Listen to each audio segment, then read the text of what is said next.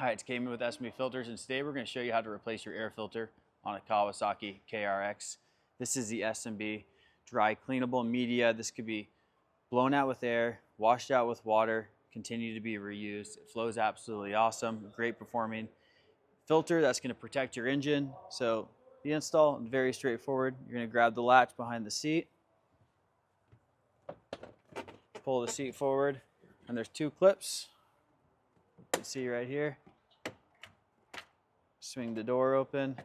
Then there's two latches on the top of the air box. So pull out the OEM filter. Now you can see a side-by-side comparison, same shape. Again, the importance is the media.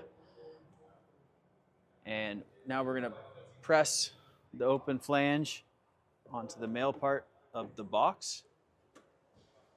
Put a little of your weight and it'll bottom out on the end of the box. Throw back the lid.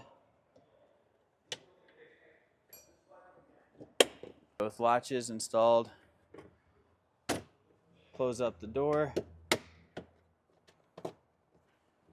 And reinstall the seat. Thanks for watching, and let us know if you have any questions.